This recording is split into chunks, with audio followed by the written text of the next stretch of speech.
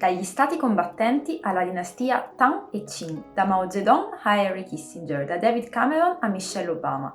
L'hot pot è un'esperienza culinaria antica che la cultura cinese si tramanda da secoli e che ancora oggi viene utilizzata per instaurare rapporti di condivisione e intesa fra i commensali.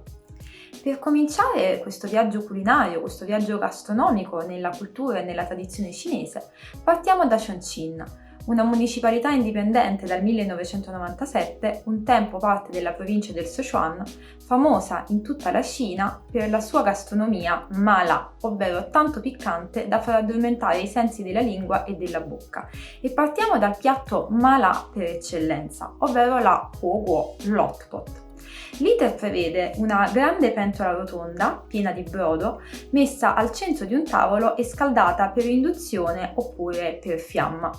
Lo spazio circostante viene riempito con ingredienti che possono variare dalla carne alle verdure, dal pesce agli ortaggi. Generalmente vengono anche utilizzate le interiora degli animali. Ma soprattutto il peperoncino. La folla di commensali che si raduna intorno al tavolo intinge gli ingredienti nella pentola bollente e una volta cotti li raccoglie per mangiarli, incurante di chi ha inserito cosa. Si tratta di un rituale estremamente lento in cui al semplice atto del mangiare si accompagnano quello del condividere e quello del parlare. Si dice infatti che l'hot pot sia molto più di un semplice piatto popolare, di un semplice piatto tradizionale, è un veicolo di coesione culturale e secondo la filosofia cinese, in zone umide come quelle del sud-ovest, serve anche per aiutare la purificazione del corpo tramite la sudorazione. Uno dei valori tradizionali della cultura cinese, la comunità armoniosa, si incarna perfettamente nella scena di persone che, come in un microcosmo, condividono intimamente questo pasto fumante, simbolo di vita fiorente e di prosperità. In questo modo non si scaldano solamente gli stomaci, non si suda solamente, ma si ravvivano i rapporti. Quanto alla sua storia, sebbene qualcuno individui le origini dell'hot pot a ridosso della dinastia Shang, quindi tra il XVI e l'XI secolo a.C., i reperti più antichi di pentole ricollegabili a tale uso sono degli stati combattenti, un periodo che va dal 475 al 221 a.C. Anche se ci sono poi opere poetiche della dinastia Tang 618-907 d.C. che presentano chiari riferimenti a questa tradizione culinaria. Nel 1713, infine, l'imperatore Qianlong della dinastia Qing, 1636-1912, grande amante dell'hot pot, ospitò un banchetto per migliaia di anziani proprio a base di hot pot. Per 5.000 anziani furono cucinati 1.500 hot pot.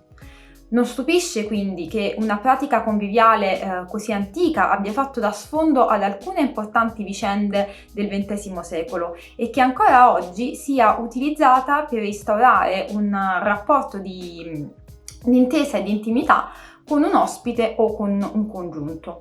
Vediamo qualche esempio. Nel 1945 Chiang Kai-shek, generale militare e leader del Kuomintang, invitò l'allora alleato Mao Zedong del Partito Comunista a consumare insieme proprio nella città di Chongqing un hot pot, un gesto che simboleggiò, seppur solamente temporanea, la loro intesa.